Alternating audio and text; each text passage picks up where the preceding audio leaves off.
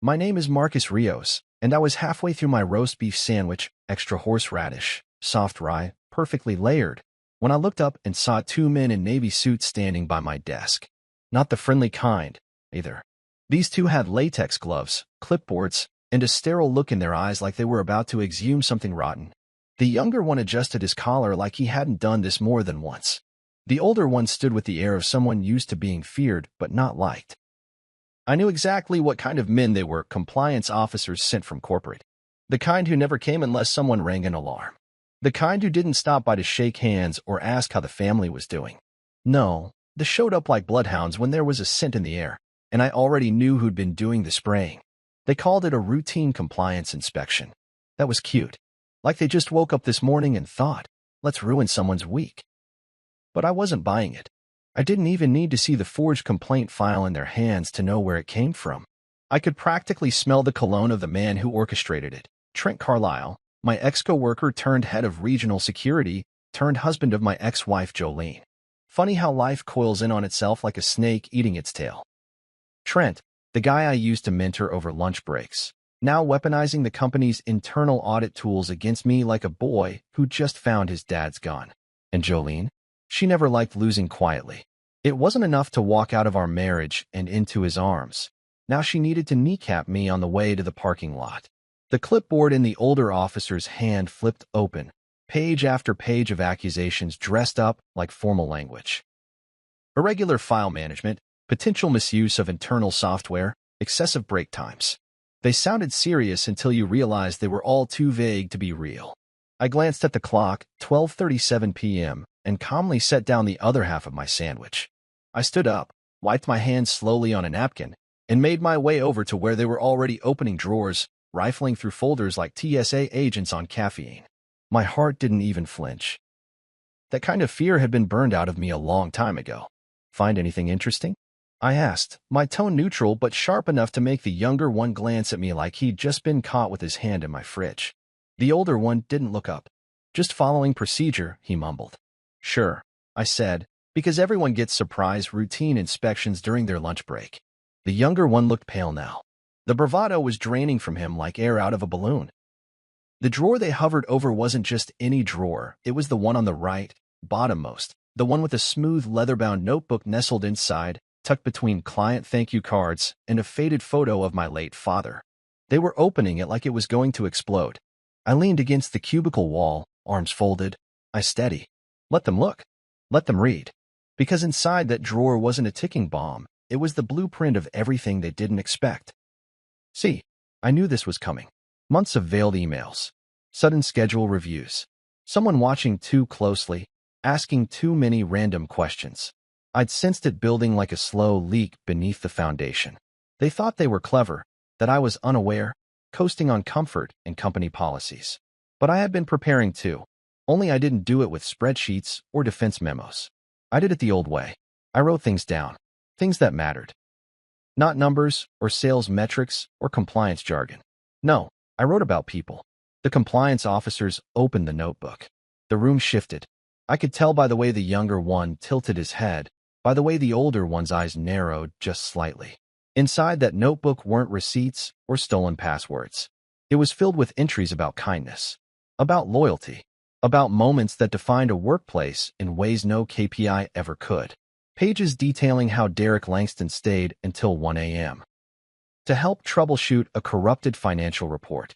Notes on Aria Benson from HR, who brought me a cup of tea the day after my father passed, without saying a word. A paragraph about Luis, the janitor who showed up early to fix the printer jam before anyone even realized it was broken. These weren't acts of glory. They were acts of grace. And I documented them because people forget too quickly what humanity looks like at work. I watched them read. Their expressions didn't change, but their posture did. Less confident now, more deliberate. They flipped another page, then another. Silence stretched between us like thread being pulled tight. I said nothing. The truth never needs to shout. The older one finally spoke. Mr. Rios, we'll need to log this for completeness.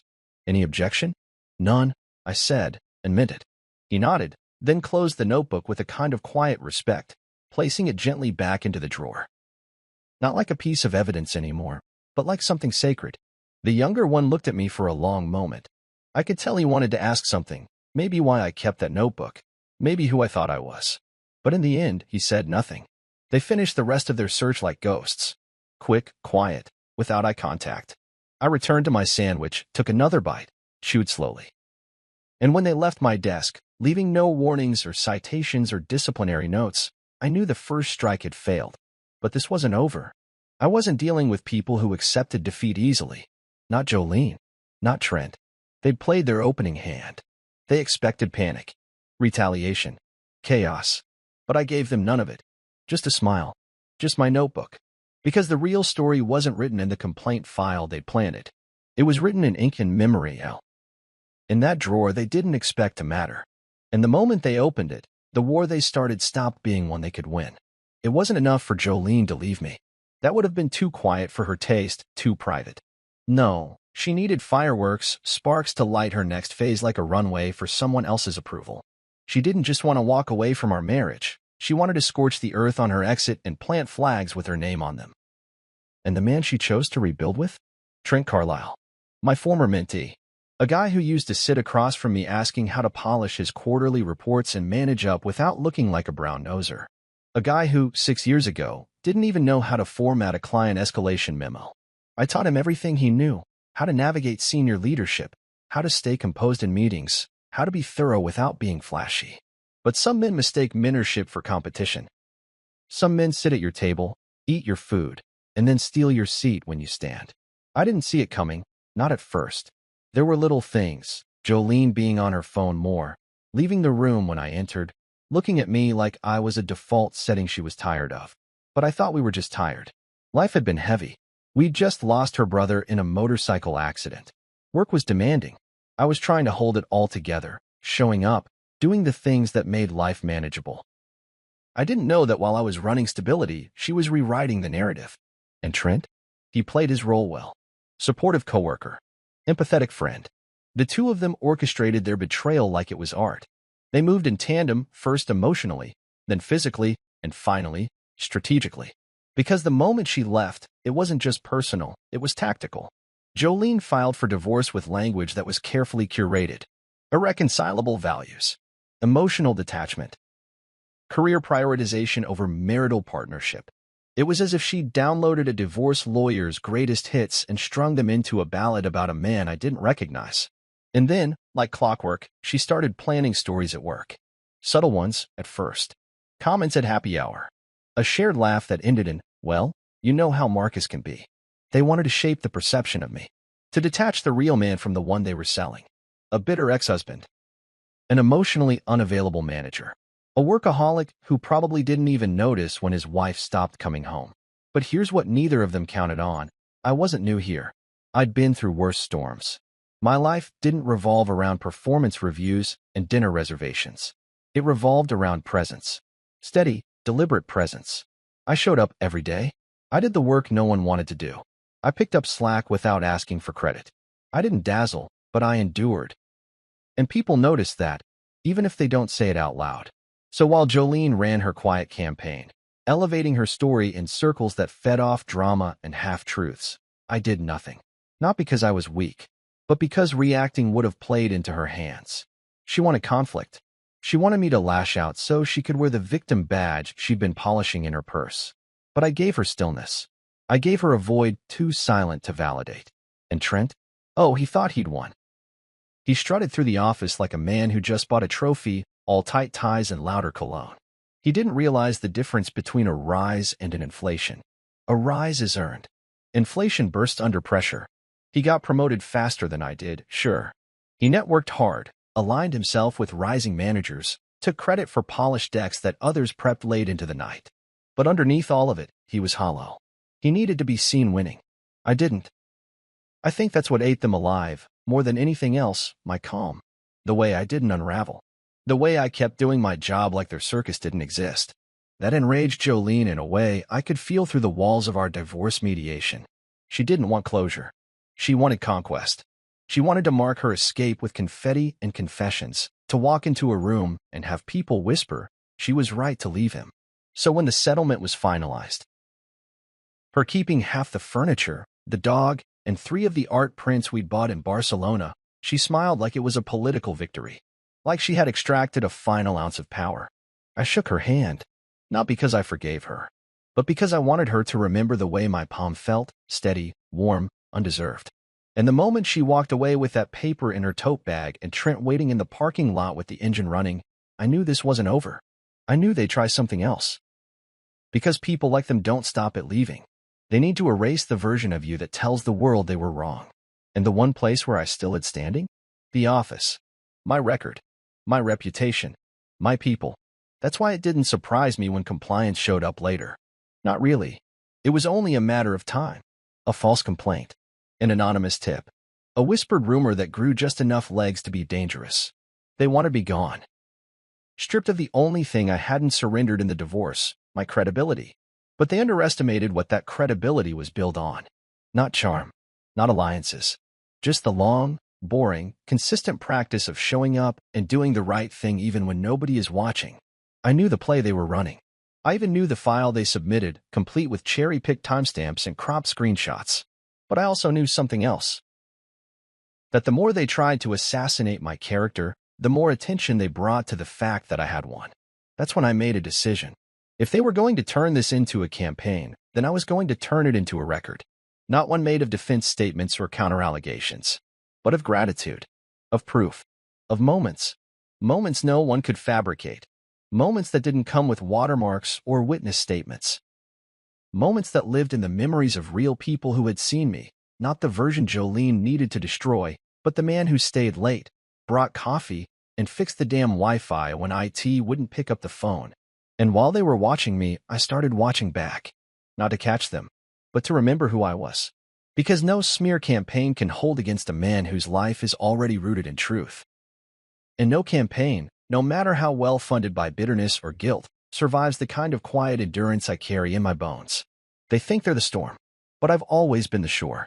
Long before the suits showed up at my desk with their gloves and clipboards, I felt the pressure building. It wasn't loud or obvious. It was subtle, like the way a room feels just before a thunderstorm, when the air thickens but no one says anything.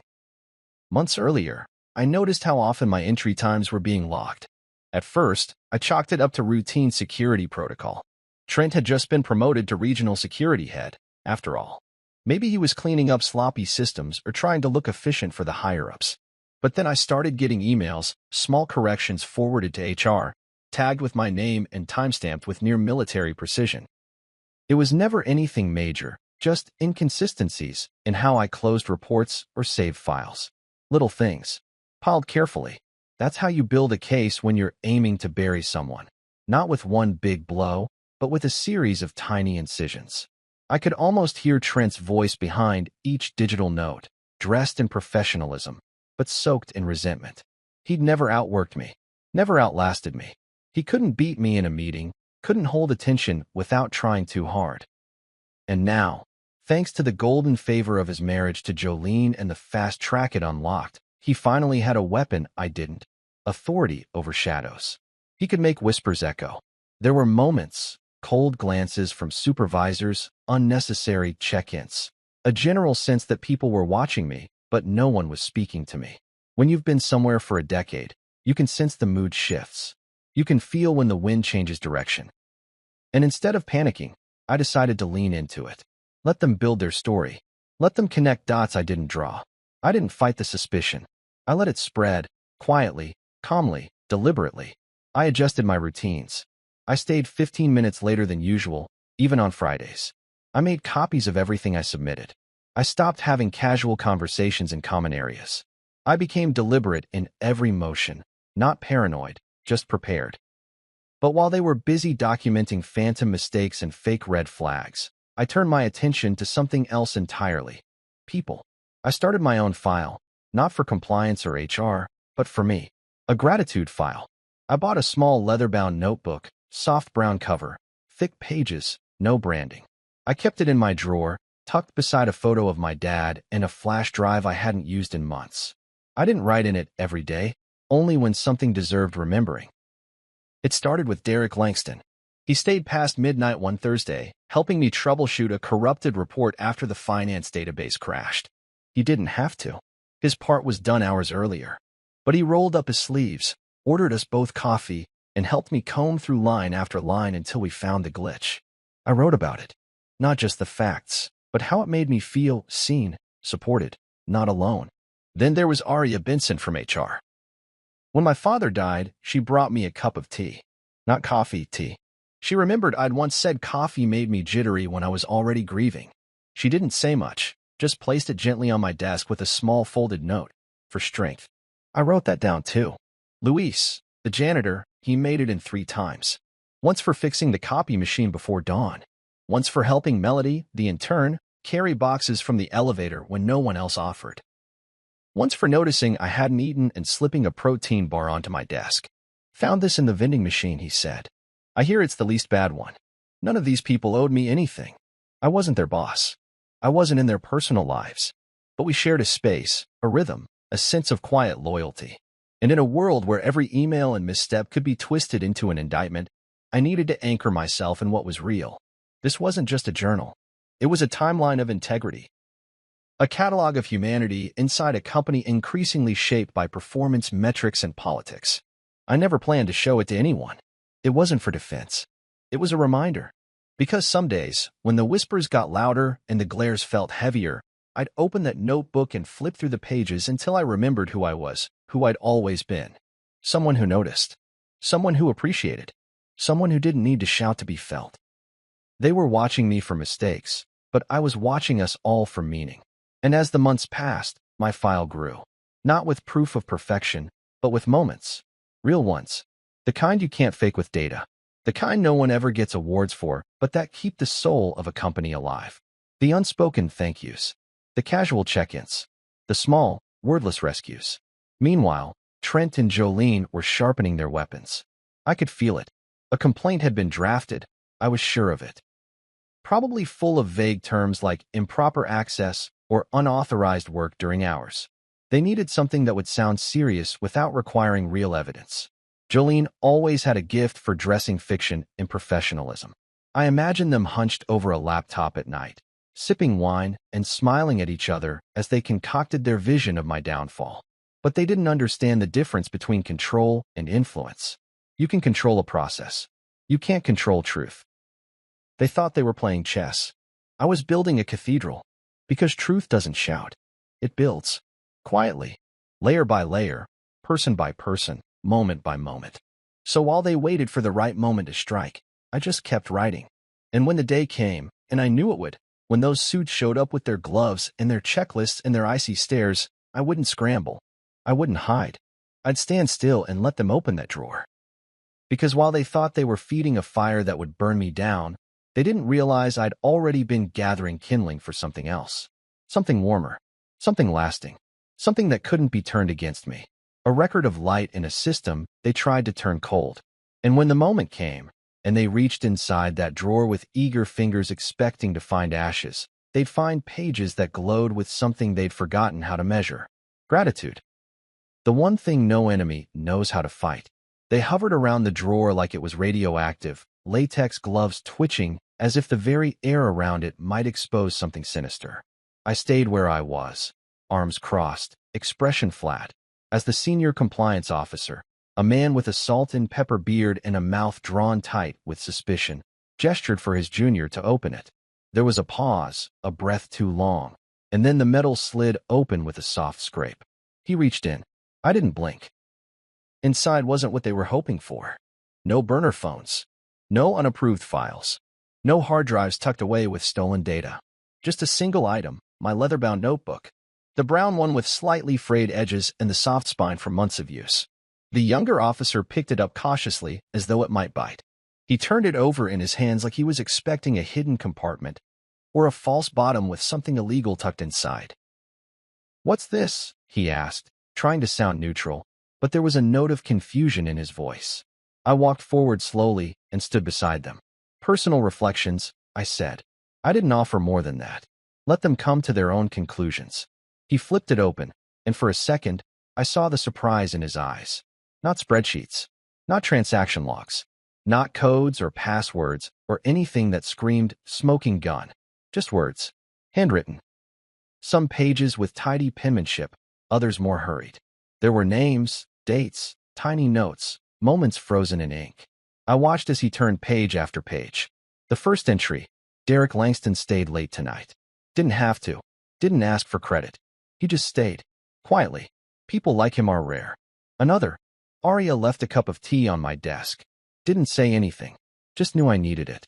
That moment carried me further than she'll ever know. And then another, Luis. Again. Third time this week he's fixed something no one else noticed was broken. Not his job. He just does it. The older officer took the notebook, read a few lines over his colleague's shoulder, and something shifted in his face. Not sympathy. Not yet. But curiosity. Interest. He closed the notebook carefully, not like evidence, but like something delicate, and placed it on the desk. You keep track of this regularly? He asked. Not every day, I said. Just when something matters. He stared at me, searching for motive. I gave him none. Because this wasn't strategy. It wasn't performance. It was just the truth, quiet, consistent truth. We were told this drawer might contain unauthorized material, he said, glancing at his notes. You were told wrong, I replied. Calmly. Directly. The room settled into silence again. They moved through the rest of my desk like they were just going through the motions now. My laptop was clean. My email threads weren't just professional, they were boring. I didn't CC people unnecessarily. I didn't badmouth management. I didn't forward memes or joke around with internal IT. I was, by all accounts, exactly what they hated most, uneventful. But the drawer, that was the thing they didn't know how to classify. It didn't violate any rules. It didn't pose any security risk. And yet, it made them pause, because it told a story they hadn't expected. They weren't just inspecting compliance anymore. They were reading a timeline of integrity. Every entry in that notebook spoke to a different kind of currency. The kind that isn't stored in ledgers or tracked by performance systems. Kindness. Support. Quiet moments of humanity in a company where everyone was too busy being efficient to be present. Why keep this? The younger one asked, still looking at the pages like he couldn't quite process it. I shrugged. Because people forget. And I didn't want to.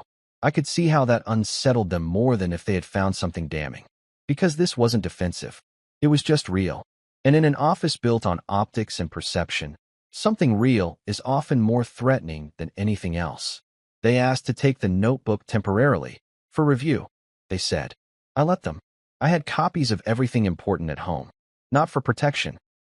Just because I knew someday someone might try to twist the truth, and I didn't want the only copy of that truth to be in someone else's hands. They left my desk with fewer words than they arrived. No warning. No disciplinary slips. Just a subtle nod and a promise to follow up. The junior officer held the notebook gently under his arm as they walked away, and I watched their backs as they disappeared down the corridor. The silence that followed felt heavier than their arrival. People noticed. You could feel it. The way eyes flicked toward me when I returned to my chair. The way keyboards paused, breaths held, waiting for the verdict. I didn't say anything. I just sat back down, opened the other half of my sandwich, and took a bite. Luis passed by a few minutes later with his mop cart and shot me a look. Not a questioning one. A knowing one. I nodded. He nodded back. Nothing needed to be said. Because in that drawer, I hadn't just stored moments. I'd stored witnesses. Every entry in that notebook was someone who'd seen me when no one else was watching. And now those entries were in corporate hands. Let them read it. Let them cross-reference and audit and try to poke holes. They wouldn't find sloppiness or schemes. They'd find warmth, steadiness, proof that while my ex-wife and her new puppet were weaving a narrative of misconduct, I'd been quietly investing in the one thing they never understood. People. Real people. Not alliances. Not cliques. Just human beings trying to make it through another 9 to 5 with a shred of dignity. That notebook didn't scream. It whispered. But it whispered louder than anything Jolene or Trent had ever shouted.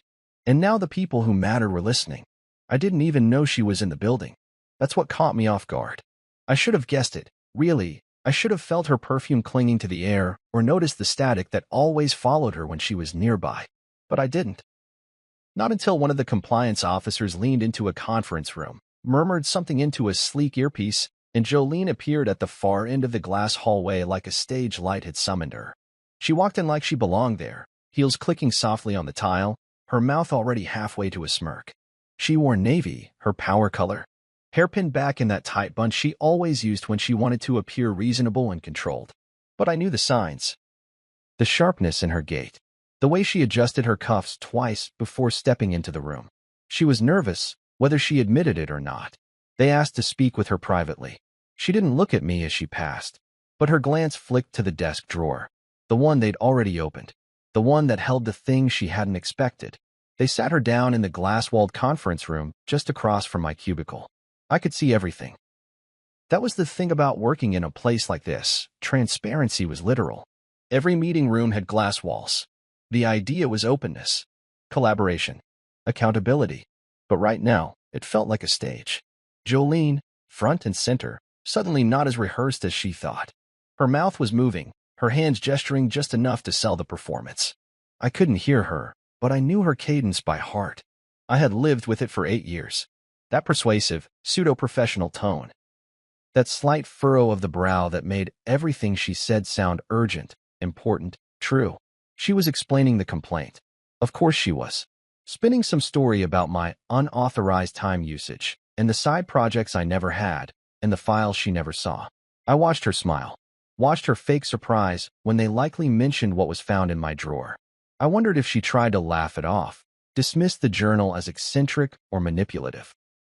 I wondered if she tried to turn kindness into something suspicious. But the shift came slowly. Her shoulders curled inward. Her hand reached for her necklace, a silver chain with a sapphire drop she always touched when she was uncomfortable. She blinked more often. She crossed and uncrossed her legs. And then, finally, I saw it. Her expression changed. That slow realization that she had miscalculated. That this time, her story wasn't landing the way she hoped. Because she hadn't counted on the notebook being taken seriously. She assumed the inspection would be swift. That they'd find what she and Trent planted. That I'd be escorted out of the building like a scandal in a tailored shirt, humiliated and discredited, while she offered the appropriate amount of shock to make her seem removed from it all. What she didn't expect was silence. The kind that follows a truth too heavy to brush off. I watched the officers lean back, arms folded. They weren't buying what she was selling. And Jolene? She had nothing else to offer. No character witnesses. No timeline of value. No one had ever come forward to say how she helped them stay sane during a brutal quarter. She'd never stayed late to back someone up. Never brought a colleague lunch. Never fixed the communal printer or sent a thank you note or caught someone in the hallway just to say, "You're doing great." She didn't have a file. She had screenshots. Out-of-context Slack messages. Half-truths dressed in Helvetica, probably composed late at night in Trent's home office with a glass of red wine and the illusion of moral superiority. She had accusations written like poetry, pretty to read, empty when tested. And now, sitting there behind glass, she realized it. I don't think she ever really understood me. Not when we were married, not when we shared a mortgage and argued about which lamp belonged where, not when we held hands in waiting rooms or traded sarcastic texts during meetings. She thought I was boring, predictable, passive, and that made me easy to replace. But now she was seeing what everyone eventually sees when they try to burn a man who carries quiet consistency like a shield. The fire doesn't take. She glanced toward the hallway, maybe searching for Trent, maybe hoping someone would barge in and change the momentum. But no one came. The conference room stayed still. The officers kept their expressions unreadable. I didn't smile. I didn't lean closer or try to read lips. I just stayed at my desk, breathing steadily, letting the silence speak louder than anything I could say. When they finally stood, the lead officer gathered his folder, nodded once, and stepped aside to let her leave. She paused before opening the glass door, adjusted her sleeve again, glanced over her shoulder, and then, for the first time that day, her eyes met mine. It wasn't anger in her face. Not pride. Not even regret. It was fear. The kind that comes when someone realizes their opponent wasn't playing the same game at all. She walked out without another word. No parting glance. No smug whisper to her reflection. Just those clicking heels echoing down the hallway that suddenly seemed too long. Later, a few coworkers passed by my desk. No one asked questions, but their nods held weight. A few left post-it notes while pretending to grab coffee. "You handled that with class," one said. "Glad you're still here," another. And Jolene? She never came back to my floor. Whatever fire she tried to light, whatever illusion she built with Trent, it evaporated in that room. She entered expecting to lead a narrative. She left swallowed by one she couldn't control.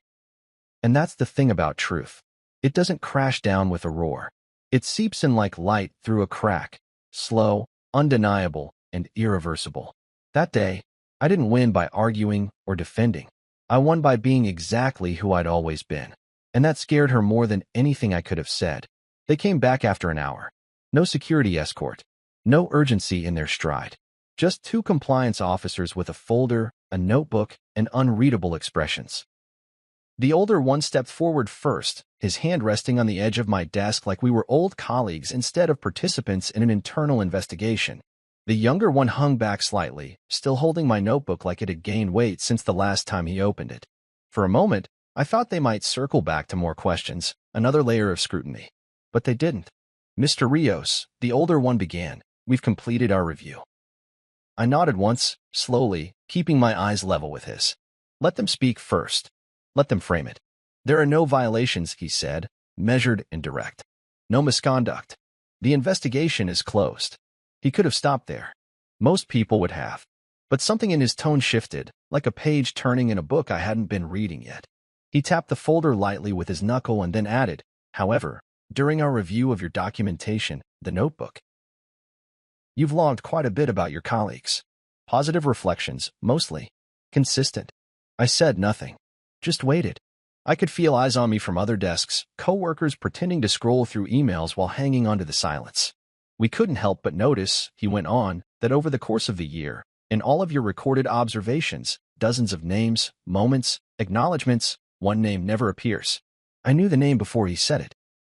I knew it like the taste of old regrets in the shadow of a door I had once closed and never reopened. Jolene. He didn't say it like an accusation. It wasn't a question, either. It was simply a statement of fact. But it hung in the air like a sentence. I met his gaze and replied without blinking, "That's correct." The younger officer shifted slightly, uncomfortable now, as if the absence of a name had become more damning than any allegation they'd come to investigate. I looked at the folder in the older man's hand, the same one that probably held the forged complaints, the digital paper trail stitched together by Jolene and Trent like bad embroidery. She had tried to erase me from my own story, paint me as manipulative, dishonest, unhinged. But the very absence of her name in the only true record I kept, one based entirely on the people who mattered, the people who showed up, had become its own indictment. They weren't just ending their investigation. They were beginning hers. The officers left with curt nods and no apology. I didn't expect one. That's not how systems like this work. But as they walked away, I noticed the change in their posture. When they arrived, they were cautious, even suspicious. Now they walked like men who had been reminded that not everything in the world could be boxed into codes and rules. Some things, like decency, just speak for themselves. I leaned back in my chair. My body didn't relax right away. The tension in my shoulders hadn't gotten the memo yet. But there was something else beginning to rise, something deeper than relief. Jolene had made a critical miscalculation. She believed narrative was everything. That if she controlled the story, she could shape reality. She thought by flooding the system with noise, she could drown out the truth. But what she never understood was this: silence leaves a shape. And when people look at what's missing long enough, they start asking the right questions. She had been the center of my life once. My wife. My confidant. The one I shared a bed with, split bills with, made plans for futures that no longer existed. And now? She wasn't even a footnote in the document that defined my year. She didn't belong in it, not because I had erased her, but because she had never earned a place in it. Not once in the last year had she extended a gesture that lived past a single breath. Not once had she stepped outside herself to offer grace or support or even a shred of genuine human kindness. Her absence from that notebook wasn't an act of bitterness. It was the most honest detail in the entire story. After the officers left, I pulled open the drawer and took out the notebook. I flipped through the pages, trailing fingers over names and entries I remembered vividly. Some made me smile. A few still ached. But all of them were true. Not polished for optics. Not meant to defend me or protect me. Just truth, sitting quietly on paper. Jolene had tried to weaponize suspicion. She wanted to stain me with doubt. But what she didn't understand, what Trent didn't understand either, was that their version of power only worked if I gave them a reaction. They needed me flustered, defensive, unhinged. But I had given them calm, patience, stillness. And in that stillness, Everything they tried to fabricate had fallen apart. I looked across the room toward the conference glass where Jolene had sat earlier. It was empty now, wiped clean by the janitorial staff. No smudges. No trace of her presence. Just light passing through. That was fitting. Because now, in this version of the story, that's what she had become. Light passing through. The fallout came quieter than expected. Later that week, a memo was circulated. Neutral corporate language about recent evaluations and departmental shifts. No one was named, but everyone knew. Jolene was transitioning into a new strategic advisory role off-site. Trent had been placed on temporary administrative leave pending an internal reassessment. The words were sterile, careful, the way they always are when a company wants to clean house without making headlines. There were no confrontations, no public shaming, no tearful scenes, just silence. And a slow, noticeable shift, the kind of silence that tastes like justice. And me?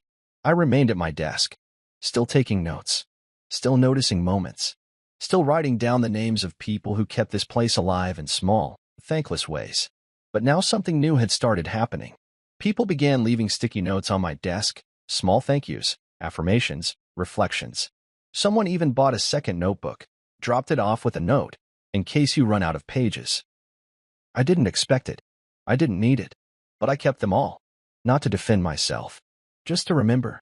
Because gratitude isn't a defense strategy. It's a legacy. And Jolene, for all her schemes and noise, would never touch that legacy again. They didn't come all at once. The whispers never do. They're too clever for that, too patient. They trickle in like water through a crack, slow and quiet, until one day your floor is soaked and no one knows where the leak began. At first it was small. A passing comment in the kitchen. A pause in conversation when I walked into a room. A smile that didn't quite reach someone's eyes. I'd been here long enough to recognize the shape of suspicion when it started threading its way through a place. Did you hear he keeps a notebook on everyone? I heard someone say, not even trying to lower their voice that much. Every little thing, names, dates. It's all written down.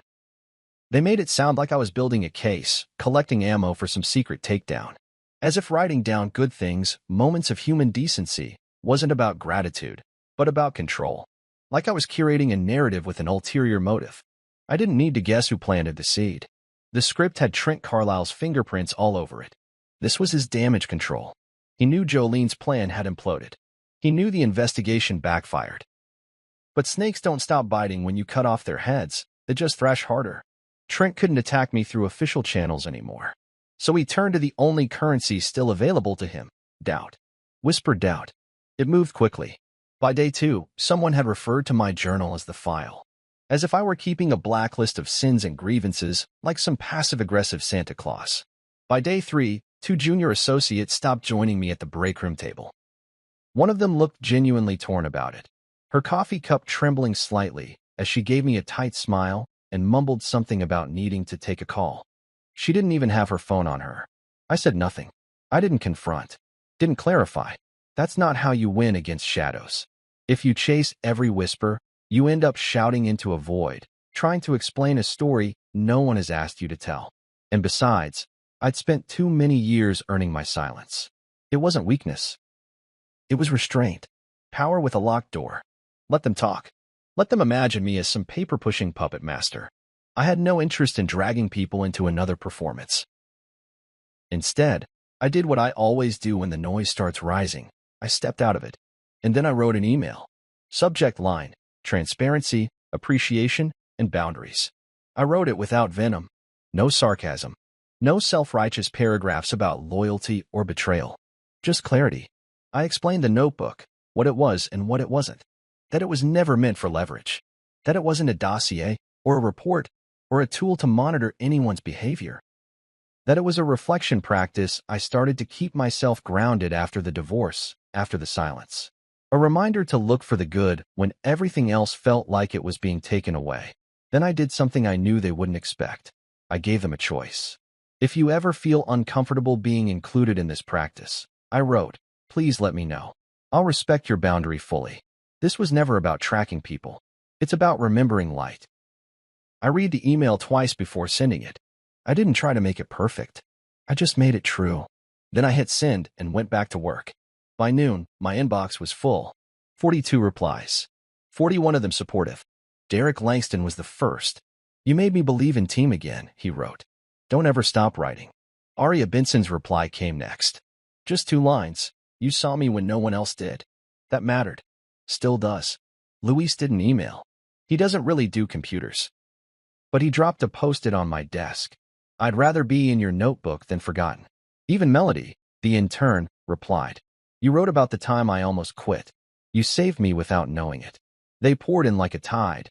Soft, steady, undeniable. People I'd forgotten I'd written about. People who had wondered, just for a moment, if the silence they were showing up in was worth it. And the one person who didn't reply? Jolene. No surprise there. Her silence used to sting. It used to be a blade I couldn't find the handle of. But now it just confirmed what I already knew. Her silence wasn't power anymore. It was proof. The office began to shift in small ways. Conversations regained ease. Smiles weren't as tight. I caught a few people lingering near my desk when they thought I wasn't looking, glancing at the drawer that held the notebook like it was some kind of talisman. I didn't open it in front of them. I didn't flaunt it. But I didn't lock it away, either. I never had. And Trent? He went quiet. That was his tell.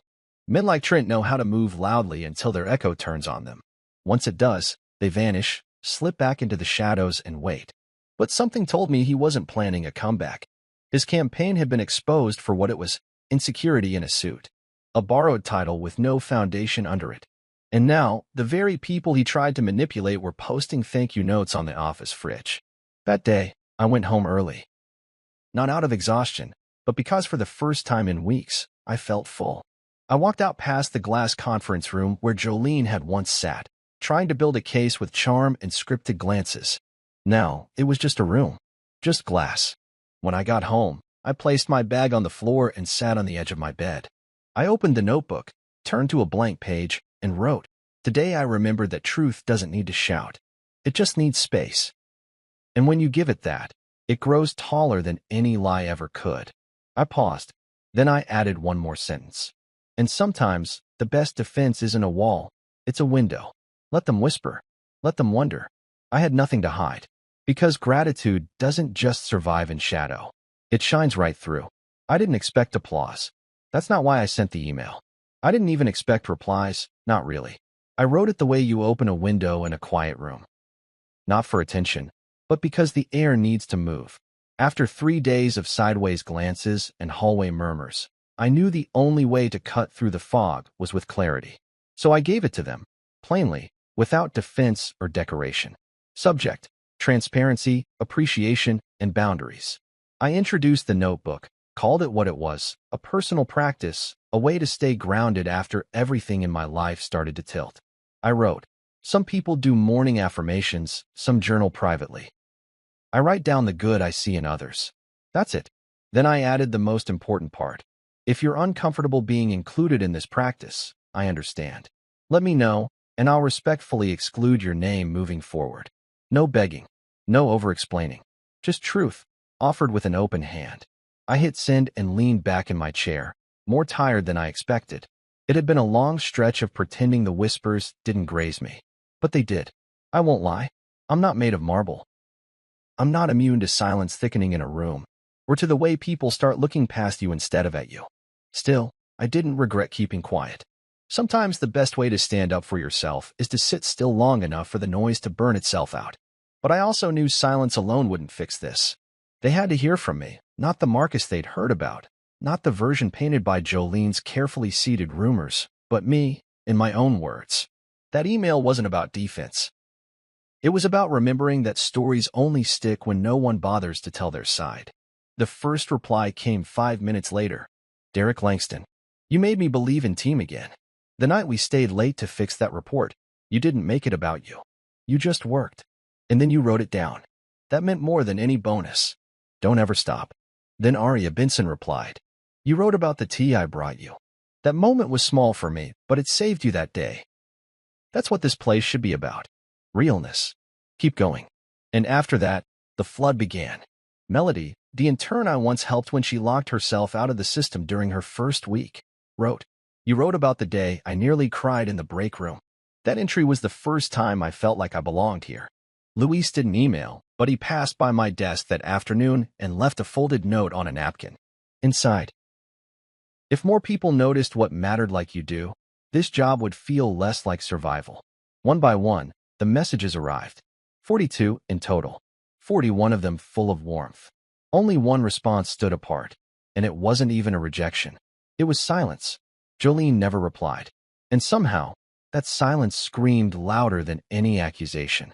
She could have responded with anything, a denial, a veiled jab, a passive thank you. But she didn't, and that absence didn't go unnoticed. People talk. Even in quiet companies with polished emails and neatly clipped corporate language, people fill in the gaps.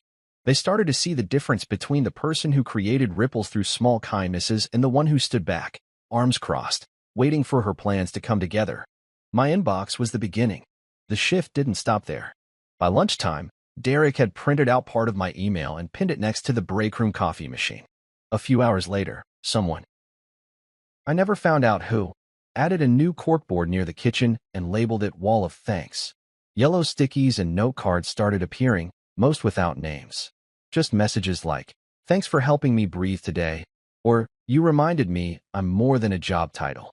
Even Miranda Crest, our ICVP known for her clipped emails and love for metrics, stopped by my desk and stuck a note to my monitor that read, "This, what you started, matters more than numbers.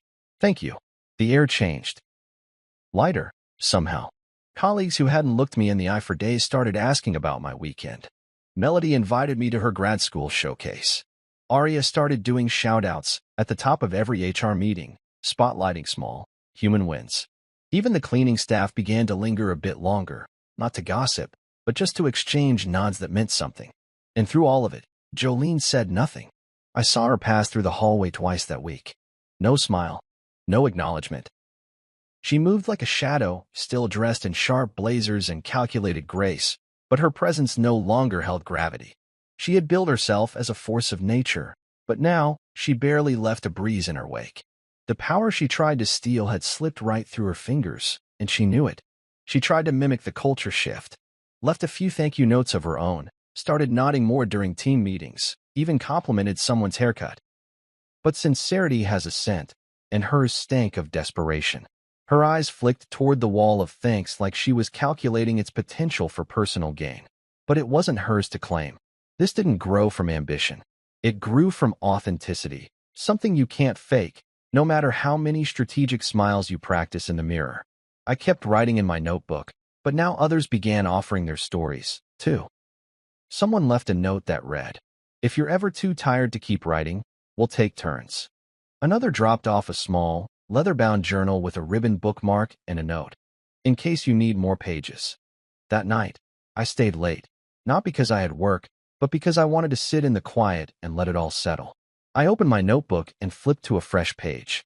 Then I wrote, "Today, I remembered that clarity cuts deeper than any rumor. That people are wired to recognize truth, even if it takes time. That a single act of openness can replace months of suspicion. And that when you speak honestly, the right ones don't just listen, they echo." I signed it with the date, closed the cover, and placed the notebook back in the drawer, still unlocked. Because real stories don't need locks. And gratitude doesn't need defense. It just needs to be witnessed. The culture didn't change overnight. It shifted the way seasons do, slow and steady, until one morning you wake up and realize the air smells different. At first, it was small. A little more laughter in the hallways. More eye contact in meetings. Less performance and more presence. I noticed it most during the in-between moments, right before meetings started, when people used to be buried in their phones, or after 5 p.m. when the office usually emptied like someone pulled a fire alarm. Now, people lingered. They asked questions they didn't need to. They held the elevator for someone walking too slow to catch it. The energy felt lighter. It all started with the wall of thanks. I'd pass by it every morning, pretending not to care, but my eyes always caught a new sticky note. Someone had started folding theirs into little origami stars. Another person pinned a Polaroid of Derek and Melody laughing over coffee, with a caption scrawled beneath, "Caught in the wild, genuine teamwork." It was contagious. And unlike most things at work, it didn't require a budget or an approval form. It just grew. One Thursday, someone wrote, "To Luis, Thank you for fixing the water cooler during your break. We see you. The note had a hand-drawn gold star in the corner. The next day, Luis walked into the break room and stopped short, blinking like someone had shouted his name. "That's me," he asked, finger hovering just inches from the board. "That's my name." We nodded. He stared at it for a long moment. Then he smiled, the kind of smile that makes people step back and realize they've forgotten something important, like how powerful it is to feel noticed. A week later, HR created an internal badge system for employee appreciation. Nothing fancy, no trophies, just simple digital badges in your profile with words like steady, supportive, connector, uplifter. People started earning them, but more than that, people started wanting to give them. And that's when I knew the shift had taken root, when appreciation stopped being a reaction and became an instinct. Even Miranda Crest, who once wrote emails like legal contracts and was famous for deleting exclamation marks from company memos, changed. She stopped by my desk one afternoon with a cup of black coffee, no sugar, no fluff, just how I take it. She said, "You've started something people don't want to lose." That was all. But it stayed with me longer than any praise I'd ever received. Jolene tried to adapt. I'll give her that. She began dropping thank you notes on people's desks, but they felt hollow. Her handwriting was perfect, of course, looped and tidy like she was etching it with a ruler, but the messages didn't stick. "Thanks for your hard work," she wrote to a new hire who had just closed a deal. No specifics, no depth, just a pre-packaged sentiment that might as well have come from a Hallmark card. People pinned her notes to the board, but they always curled at the edges faster than the others, like even the paper could sense the insincerity. One afternoon, she passed me in the hallway, forced a smile, and said, "I hope you're enjoying all the attention." I smiled back. "I'm enjoying the honesty." That ended the conversation. The truth is, Jolene's poison couldn't breathe in the environment she helped create. That's the thing about manipulation. It needs control, shadows, secrets. But we'd flooded the place with light. And in that light, her tactics looked obvious. Her compliments felt stiff. Her presence, once sharp, became background noise. It wasn't just about her, though. This shift, this cultural turn, it wasn't revenge. It was a reset. People had been waiting for permission to care again, to be more than productive. They just didn't know how to start. And for reasons I didn't plan, and from a notebook I never thought anyone would read, the first domino had fallen. I started seeing it in our metrics too. Productivity ticked up, not in dramatic leaps, but in consistency. Fewer missed deadlines, fewer sick days. HR reported a drop in reported internal conflicts. People smiled more in their ID badge photos. That one made me laugh. Even meetings changed. Derek began each team call with shout-out time, where anyone could acknowledge someone else for something that made their day better. It was awkward at first. Some people mumbled. Some rolled their eyes. But then someone thanked Arya for noticing when they seemed off. Another thanked Miranda for approving PTO without a third follow-up email. And slowly, people stopped mumbling. The wall of thanks expanded. Someone brought in a corkboard from home and mounted it beside the original. Melody got artsy and turned it into a mural of gratitude, sketching vines and stars, and little illustrated hands passing messages. People contributed anonymously, some drawing, some writing, one person even leaving a poem. Then, something unexpected happened. Corporate sent a memo, not about quotas or policy updates, but about what they called the Marcus Initiative. I laughed when I read it. The name was clearly a placeholder, probably meant to be swapped out with something flashier, but they kept it. The memo praised the organic, employee-led culture of recognition and shared appreciation, and encouraged other branches to consider similar initiatives. They even quoted a few sticky notes verbatim. I didn't want the attention. I really didn't. But I understood what was happening. They saw something real and wanted to bottle it. I just hoped they wouldn't turn it into a checklist or a slogan. Because this wasn't about programs, it was about people. About pausing long enough to see each other. After the memo, someone pinned a new note to the board. Gratitude isn't a perk. It's the glue. And everyone who walked by nodded like they already knew. The drawer at my desk stayed unlocked. The notebook, dog-eared and nearly full now, rested beside a second one, gifted to me by Arya with a note that said, "You're going to need more pages." She wasn't wrong. And slowly, people started adding their own entries. They'd stop by quietly, flip through a few pages, write something in the back, and leave. Some signed their names. Others didn't. One person wrote, "You don't know me. I just started. But reading this helped me get through a rough Monday. Thank you."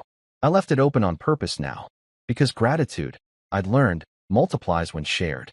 And no one, especially not Jolene, could ever take that away. It happened quietly, just like I knew it would. No grand confrontation. No slam of doors or flurry of emails. Just a soft, deliberate silence, the kind that comes after a storm when the air is too still, and even the birds hesitate to sing. Mr. Langston from legal called me into his office on a Tuesday morning. He didn't wear a suit that day, just a crisp shirt and slacks, like he wanted this to feel less formal, less loaded. But I could see it in his eyes, the kind of satisfaction that comes with justice finally, quietly, doing its job. "Marcus," he said, sliding a folder across the desk toward me. "You've been patient." I didn't answer. I just sat, still, listening. "We ran a full review," he continued, tapping the corner of the folder, "of all complaints, memos, and associated digital records submitted by Ms. Carlisle and Mr. Trent Carlisle over the past 12 months. Everything from informal Slack messages to formal submissions. It's all in here." I opened it slowly. I already knew what I'd find.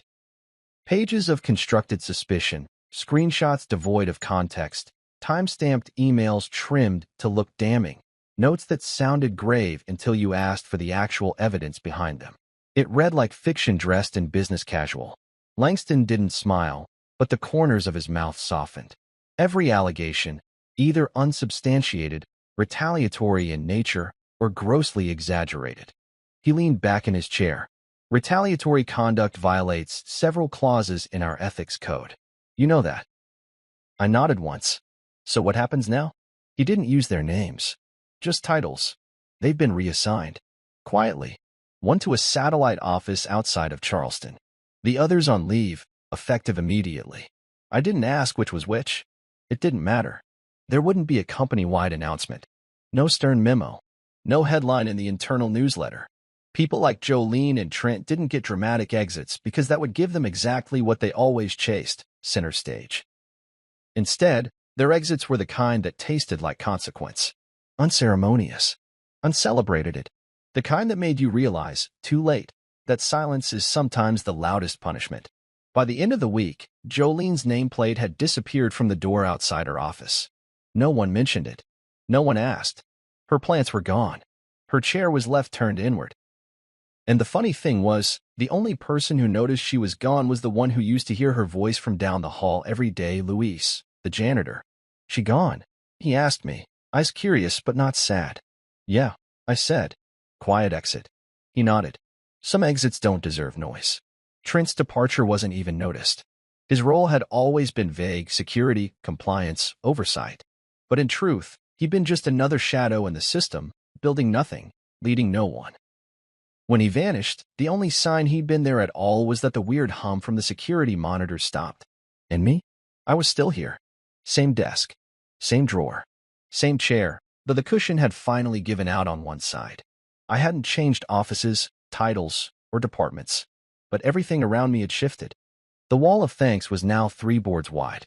Melody had started a digital version so remote workers could participate, and it was taking off. HR told me they were thinking of turning it into a regular part of onboarding. "Welcome to the team. What moment made you feel seen today?" People now left notes for each other without needing prompts. Aria organized a gratitude circle once a month during all-hands meetings. Miranda, who once never deviated from quarterly performance goals, began each meeting by asking, "Who helped you win this week?" It wasn't about me. It never was. I just lit the match. The fire kept itself going. I still wrote in my notebook. Every day if I could. 3 good things, just like I promised myself. 1 from the morning. 1 from midday. 1 just before I left. They weren't always big. Some were just glances. A shared smile at the printer, an unsolicited refill of coffee, a text from Derek that just said, "Today feels solid." But now the notebook didn't belong to just me. One day, Melody asked if she could write in it. I hesitated, then handed it over. She wrote an entry about Aria holding her hand after she got bad news about her father. A week later, Aria added her own story. About a time Luis found her crying in the stairwell and left a chocolate bar on the step next to her without saying a word. Soon, the notebook had entries in 4 different handwritings. then 6, then more. It wasn't a journal anymore. It was a record, a living document of people showing up. No title, no password, no system required. I left it in the drawer, still unlocked, still unguarded. Because trust, when fed correctly, multiplies. And gratitude? It thrives in the open. Sometimes I'd arrive in the morning and find it already flipped to a new page. A story I didn't write. A thank you I didn't witness. That made me prouder than anything I'd ever received from this company. There's something to be said about exits that change a place. And there's something even more powerful about staying. About choosing not to run, not to scream, not to swing back with vengeance. Just stand. Just write. Just wait. The culture we built didn't need my name attached to it. It just needed space to breathe. And now it was part of the architecture. It echoed in how people spoke, in how they paused to ask questions, in how they said thank you and meant it. One Friday evening, long after most people had left, I passed by the board and found a new sticky note in unfamiliar handwriting. He never asked for a statue, just a drawer. And in that drawer, we remembered how to be human again. I didn't know who wrote it. I didn't need to. I folded it gently and placed it inside the back pocket of my notebook. The coffee tasted better now. The air felt easier. And as for me, still at my desk, still jotting down 3 good things a day, still holding space for what they tried to ruin. Because envy fades, gratitude remains.